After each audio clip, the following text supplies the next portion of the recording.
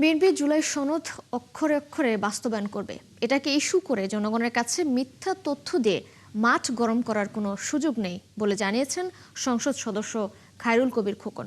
বুধবার দুপুরে নরসিংদী শহরের বিভিন্ন মোড়ে মোড়ে জুলাই সনদ বাস্তবায়নের লিফলেট বিতরণ শেষে তিনি এই কথা বলেন।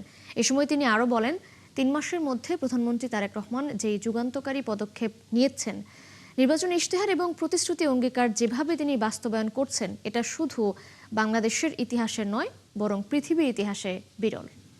জাতীয় সংসদের যে আমরা অঙ্গীকার করেছি, যে স্বাক্ষর করেছি, আমরা অক্ষরে অক্ষরে আমরা পালন করব। মাননীয় প্রধানমন্ত্রী